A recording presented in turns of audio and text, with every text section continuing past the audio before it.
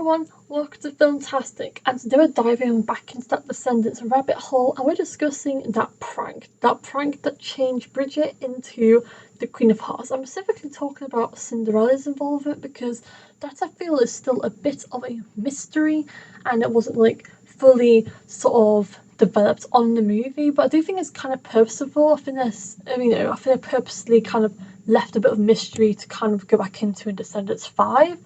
Now let's kind of go into some, plot points. Why is Cinderella the one everyone's got suspicion on in this whole prank endeavour? So basically, in the song Love Ain't It, after the whole thing, when the Queen of Hearts starts to coop and stuff, after the song, Cinderella tries to appeal to the Queen of Hearts and insists that it was just a stupid prank, it was ages ago, she'd get over it.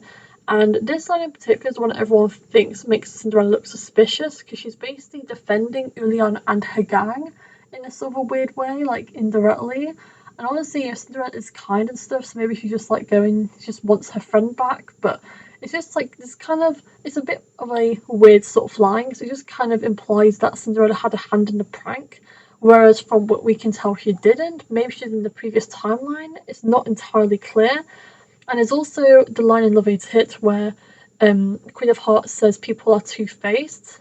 So, people aren't who they seem. It's all kind of picturing the idea of Cinderella doing something to hurt Bridget, And, as well as that as well, in their like first greeting together, the Queen of Hearts insists on Cinderella calling her by Your Royal Highness and stuff. Like, she's really trying to create this wall between them, but it's like, but there isn't much evidence when they go back in the past to provide to show that they don't show a massive fight between them. They don't show Cinderella turning against her and using the book against, like, they don't show anything like that.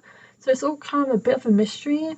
Now, when she does, when the Queen of Hearts has the coup on Aradon, when she starts the coup, she does kind of go through some of the things. She'll turn to a monster, blah blah blah, and she does say that, or implies that Cinderella abandoned her to be with her prince, and so that is the supposed thing that made the rift between them.